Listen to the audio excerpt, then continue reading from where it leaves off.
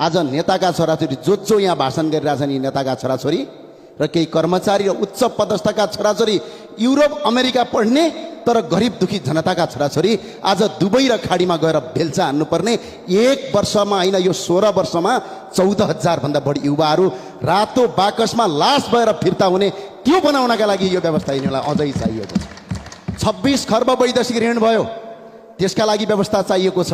अहिले पनि यो देशमा अहिले कर्मचारी, नेता र यिनीहरूको सांसद, यहाँका मुख्यमन्त्री, मन्त्री पाल्दा पाल्दै साना राजा, छोटा राजा, महाराजाहरू पाल्दा पाल्दै यो देशमा एक वर्षमा 15 खर्ब रुपैयाँ खर्च हुन्छ।